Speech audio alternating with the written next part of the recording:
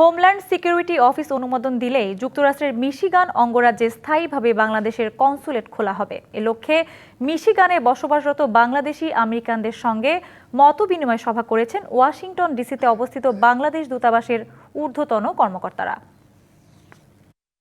আবেদনকারী ছিলেন প্রবাসী বাংলাদেশিদের দেশের প্রতি অবদান অত্যন্ত গুরুত্বপূর্ণ। তাদের এই অবদান ও স্বীকৃতি স্বরূপ বাংলাদেশের অন্তর্বর্তী সরকারের প্রধান উপদেষ্টা ইতিমধ্যে মিশিগানের ডেট্রয়েট শহরে একটি স্থায়ী কনসুলেট খোলার নীতিগত অনুমোদন দিয়েছেন।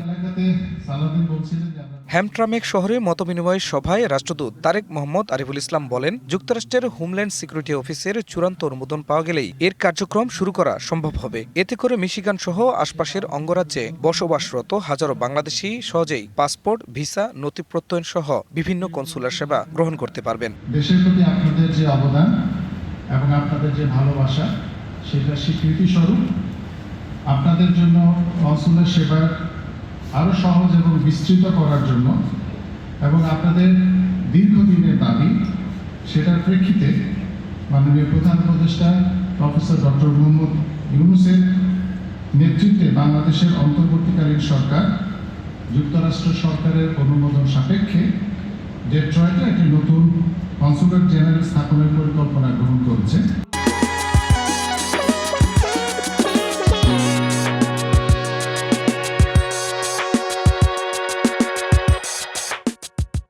সবাই ভার্চুয়ালি বক্তব্য দেন প্রধান উপদেষ্টার বিশেষ সহকারী মনির হায়দার, দূতাবাস কর্মকর্তা সালাউদ্দিন মাহমুদ, মাহবুবুর রহমান ও আরিফুর রহমান উপস্থিত প্রবাসীদের বিভিন্ন প্রশ্নোত্তর পর্বে সার্বিক সহযোগিতা করেন।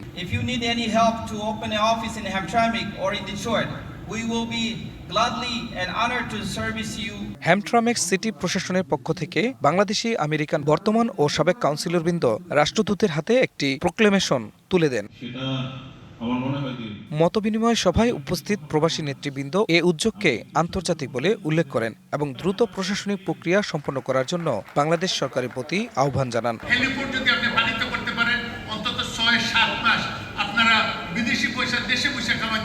প্রবাসী বাংলাদেশিরা তাদের দীর্ঘদিনের দাবি ও প্রত্যাশার কথা তুলে ধরেন। DBC news desk.